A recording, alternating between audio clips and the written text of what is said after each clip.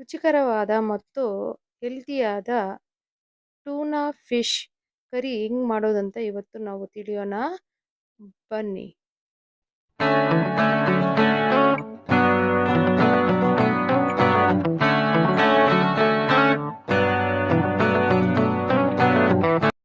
ನೋಡಿ, ಇಲ್ಲಿ ನಾನು 1 kg ಟೂನಾ ಫಿಶ್ ತಗೊಂಡಿದ್ದೀನಿ. ನೋಡೋದಕ್ಕೆ ಅದು ಮಟನ್ ತರ ಇರ್ತದೆ. ಚೂರು ಉಪ್ಪು ಹಾಕಿ ಚೆನ್ನಾಗಿ ಅದನ್ನು ಕಲಿಸ್ಬಿಟ್ಟು ಒಂದು ಅರ್ಧ ಗಂಟೆ ಒಂದು ತಟ್ಟೆ ಮುಚ್ಚಿ ಹಂಗೆ ಒಂದು ಅರ್ಧ ಗಂಟೆ ಇಡಬೇಕು. ಬನ್ನಿ, ಇವಾಗ ನಾವು ಸಾರಿಗೆ ಏನೇನು ಬೇಕೋ ಆ ಪದಾರ್ಥಗಳನ್ನ ನಾನು ಹೇಳ್ಕೊಡ್ತೀನಿ.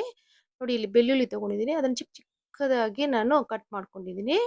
ಅದೇ ರೀತಿ ಚಿಕ್ಕ ಚಿಕ್ಕ ಈರುಳ್ಳಿಯನ್ನು ತೊಗೊಂಡಿದ್ದೀನಿ. ನೋಡಿ, ಬೇಕಾದ್ರೆ ಅದನ್ನು ಉದ್ದ ಉದ್ದ ಕೊಯ್ಕೋಬೋದು. 2 ಟೊಮೊಟೊ ತೊಗೊಂಡಿದ್ದೀನಿ, ಅದನ್ನು ಚೆನ್ನಾಗಿ ರುಬ್ಕೋಬೇಕು. ಮತ್ತು ಮೆಣಸಿನ್ಕಾಯಿನ ಉದ್ದ ಉದ್ದ ಕೊಯ್ಕೊಂಡಿದ್ದೀನಿ, ಒಂದು 5-6 ಮೆಣಸಿನ್ಕಾಯಿನ. ಮತ್ತು ಕರಿಬೇವಿನ ಸೊಪ್ಪು ಇಟ್ಕೊಂಡಿದ್ದೀನಿ. ಶುಂಠಿ ನೋಡಿ ಚಿಕ್ಕ ಚಿಕ್ಕದಾಗಿ ಕಟ್ ಮಾಡ್ಕೊಂಡಿದ್ದೀನಿ. ಮತ್ತು ಒಂದು ಟೇಬಲ್ ಸ್ಪೂನಷ್ಟು ಮೆಂತ್ಯ ತೊಗೊಂಡಿದ್ದೀನಿ. ಖಾರದ ಪುಡಿ ತೊಗೊಂಡಿದ್ದೀನಿ, ಅಚ್ಚ ಖಾರದ ಪುಡಿ. ಮತ್ತು ಧನಿಯಾ ಪುಡಿ ತೊಗೊಂಡಿದ್ದೀನಿ. ರುಚಿಗೆ ತಕ್ಕಷ್ಟು ಉಪ್ಪು ತೊಗೊಂಡಿದ್ದೀನಿ. ಎಣ್ಣೆ ತೊಗೊಂಡಿದ್ದೀನಿ, ಬೇಕಾದಷ್ಟು ಎಣ್ಣೆ. ಮತ್ತು ಒಂದು ನಿಂಬೆ ಗಾತ್ರಕ್ಕಿಂತ ಸ್ವಲ್ಪ ದೊಡ್ಡದಷ್ಟು ಹುಣಸೆ ಹಣ್ಣನ್ನು ತೊಗೊಂಡಿದ್ದೀನಿ. ನೋಡಿ, ಹುಣಸೆ ನೆನೆಸಿಟ್ಟಿದ್ದೀನಿ. ನಾನಿಲ್ಲಿ ಒಂದು ಅಗಲವಾದ ಪಾತ್ರೆ ತೊಗೊಂಡಿದ್ದೀನಿ, ಅದ್ರಲ್ಲಿ ಸ್ವಲ್ಪ ಎಣ್ಣೆ ಹಾಕಿದ್ದೀನಿ. ನಿಮಗೆ ಬೇಕಾದರೆ ಸಾಸಿವೆ ಹಾಕ್ಕೋಬೋದು. ನಾನು ಸಾಸಿವೆ ಎಲ್ಲ ಹಾಕಿಲ್ಲ, ಬರೀ ಮೆಂತ್ಯ ಮಾತ್ರ ಹಾಕಿದ್ದೀನಿ. ನಾನೊಂದು ಸ್ಪೂನಷ್ಟು ಮೆಂತ್ಯನ ಹಾಕಿದ್ದೀನಿ. ಅದನ್ನು ಚೆನ್ನಾಗಿ ಹುರಿಬೇಕು. ಅದು ಬಂದು ಒಂದು ಸ್ವಲ್ಪ ಕೆಂಪಗಾಗಬೇಕು. ಯಾಕಂದರೆ ಹಸಿ ಹಸಿ ಇದ್ದರೆ ವಾಸನೆ ಬಂದರೆ ಅದು ಕಹಿ ಕಹಿ ಆಗುತ್ತೆ ಸಾರು. ಹಾಗಾಗಿ ಅದನ್ನು ಚೆನ್ನಾಗಿ ಹುರಿದು ನೋಡ್ಕೋಬೇಕು. ಆ ರೀತಿ ಒಂದು ಸ್ವಲ್ಪ ಗೋಲ್ಡನ್ ಕಲರ್ ಥರ ಬರಬೇಕು. ಆಮೇಲೆ ಅದನ್ನೇನು ಮಾಡಬೇಕು, ನಾವು ಅಲ್ಲಿ ಬೆಳ್ಳುಳ್ಳಿಯನ್ನು ಹಾಕ್ಕೋಬೇಕು. ಯಾಕಂದರೆ ಸ್ವಲ್ಪ ಬೆಳ್ಳುಳ್ಳಿ ಬೇಯಬೇಕಂತಿಲ್ಲ, ನಾನು ಫಸ್ಟ್ ಎಣ್ಣೆಯಲ್ಲಿ ಹಾಕ್ತೀನಿ.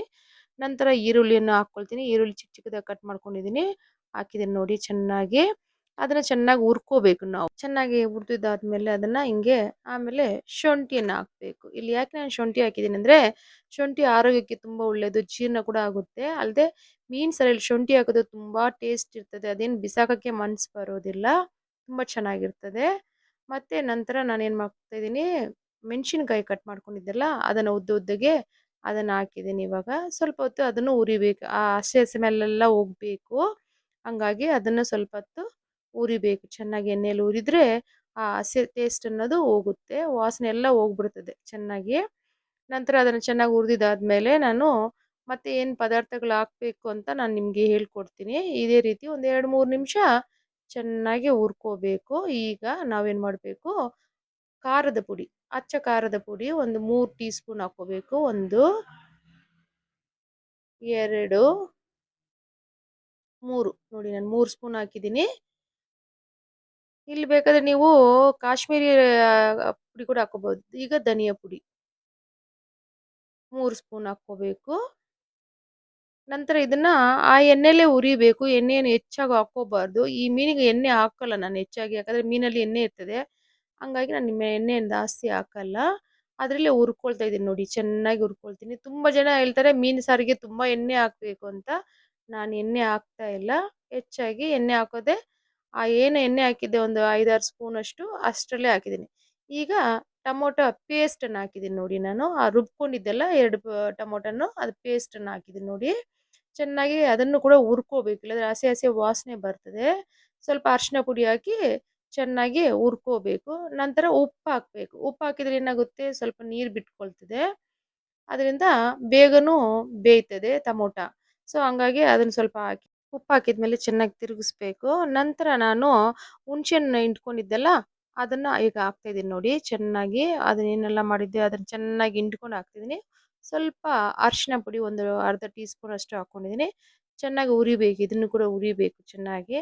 ಹುರಿದ್ಬಿಟ್ಟು ಏನು ಮಾಡಬೇಕು, ನಾವು ಒಂದು 2-3 ನಿಮಿಷ ಅಷ್ಟು ಈ ಒಂದು ಮುಚ್ಚಳ ಹಾಕಿ ಇದನ್ನು ಮುಚ್ಚಿಡಬೇಕು.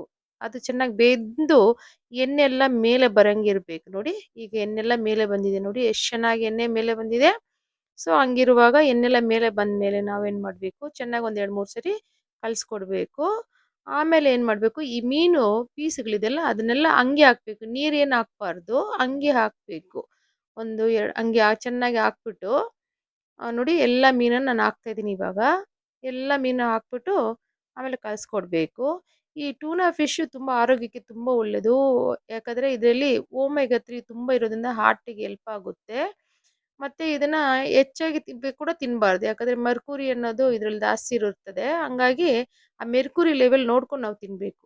ಮತ್ತೆ ಈ ಮೀನು ತುಂಬ ನೋಡಿ ಈ ರೀತಿ ನಾವು ತಿರುಗಿಸ್ಕೊಡ್ಬೇಕು. ತುಂಬ ಜೋರಾಗಿ ತಿರುಗಿಸಿದ್ರೆ ಎಲ್ಲ ಒಡೆದೋಗುತ್ತೆ.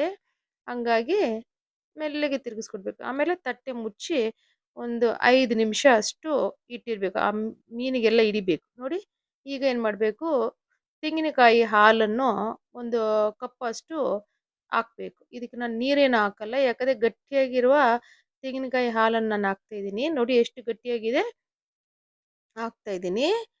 ನೀರಿಲ್ಲಿ ಸೇರಿಸಬಾರ್ದು. ಯಾಕಂದರೆ ಇದು ಮಾತ್ರನೇ ತೆಂಗಿನಕಾಯಿ ಹಾಲು ಮಾತ್ರನೇ ಅದಕ್ಕೆ ಬೇಕಾಗಿರೋದು. ಸೊ ಈಗ ಸ್ವಲ್ಪ ನಾನು ಹೆಂಗೆ ತಿರುಗಿಸ್ಕೊಡ್ತಾ ಇದ್ದೀನಿ ಹಂಗೆ ತಿರುಗಿಸ್ಕೊಡ್ಬೇಕು. ಅಂದರೆ ಕಲಿಸ್ಕೊಡ್ಬೇಕು ನೋಡಿ ಹಂಗೆ. ತುಂಬ ಅದನ್ನು ಈ ಕಡೆ ಆ ಕಡೆ ಮಾಡಿದ್ರೆ ಏನಾಗುತ್ತೆ, ಒಡೆದೋಗುತ್ತೆ ಮೀನು. ಸೊ ಹಿಂಗೆ ಇದನ್ನು ಹಿಂಗೆ ತಿರುಗಿಸ್ಕೊಟ್ಬಿಟ್ಟು ಏನು ಮಾಡಬೇಕು, ಒಂದು ಸ್ವಲ್ಪ ಹೊತ್ತು ತಟ್ಟೆ ಒಂದು ಕರಿಬೇವಿನ ಸೊಪ್ಪು ಹಾಕ್ಬಿಟ್ಟು ತಟ್ಟೆ ಮುಚ್ಚಿಟ್ಬಿಡ್ಬೇಕು ಒಂದು 5 ನಿಮಿಷ. ಮತ್ತು ನೋಡಿ ಹಿಂಗೆ ಕುದೀತಾ ಇರ್ತದೆ. ಮತ್ತು ಕೊರಿಯಂಡರ್ ಲೀವ್ಸ್ ಅಂದರೆ ಕೊತ್ತಂಬರಿ ಸೊಪ್ಪನ್ನು ಅದ್ರ ಮೇಲೆ ಉದುರಿಸ್ಬೇಕು ಒಂದು ಸ್ವಲ್ಪ. ವಾಸನೆಗೆ ತುಂಬ ಚೆನ್ನಾಗಿರ್ತದೆ.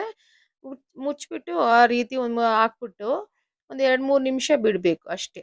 ಅದಾದಮೇಲೆ ಏನು ಮಾಡಬೇಕು ನಾವು ಮತ್ತೆ ಒಂದ್ಸರಿ ತೆಗೆದು ನೋಡಬೇಕು.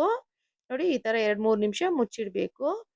ಮತ್ತೆ ಅದನ್ನು ತೆಗೆದುಬಿಟ್ಟು ನೋಡಬೇಕು. ನೋಡಿ ಇವಾಗ ಎಷ್ಟು ಚೆನ್ನಾಗಿ ಬಂದಿರ್ತದೆ ನೋಡಿ ಸಾರು. ನೋಡಿ ಎಷ್ಟು ಚೆನ್ನಾಗಿ. ಬನ್ನಿ ಇವಾಗ ನಾವು ಫಿಶ್ ಕರಿ ಎಷ್ಟು ಟೇಸ್ಟ್ ಆಗಿದೆ ಮಾಡಿ ನೋಡೋಣ. ನೋಡಿ ನೋಡೋದಕ್ಕೆ ಮಟನ್ ಥರನೇ ಇದೆ. ಎಷ್ಟು ಟೇಸ್ಟ್ ಆಗಿದೆ ಇದು. ಈ ಮೀನು ಕರಿ ತುಂಬ ಫೇಮಸ್ ಶ್ರೀಲಂಕಾದಲ್ಲಿ. ಯಾಕಂದರೆ ಶ್ರೀಲಂಕಾದವರಿಗೆ ಈ ಟೂನಾ ಫಿಶ್ ತುಂಬ ಇಷ್ಟ ಆಗುತ್ತೆ. ಯಾಕಂದರೆ ಇದು ಹೆಲ್ತ್ ಬೆನಿಫಿಟ್ ಇರೋದ್ರಿಂದ ತುಂಬ ಯೂಸ್ ಮಾಡ್ತಾರೆ. ನೋಡೋಣ ಬನ್ನಿ ಇವತ್ತು ನಾವು ಎಷ್ಟು ಟೇಸ್ಟ್ ಆಗಿದೆ ಅಂತ ಈಗ ನಾನು ಟೇಸ್ಟ್ ಮಾಡಿ ತೋರಿಸ್ತೀನಿ ಈಗ ನಿಮಗೆ. ನೋಡಿ ತುಂಬ ಟೇಸ್ಟ್ ಆಗಿದೆ. ನೀವು ಟ್ರೈ ಮಾಡಿ ಮನೆಯಲ್ಲಿ.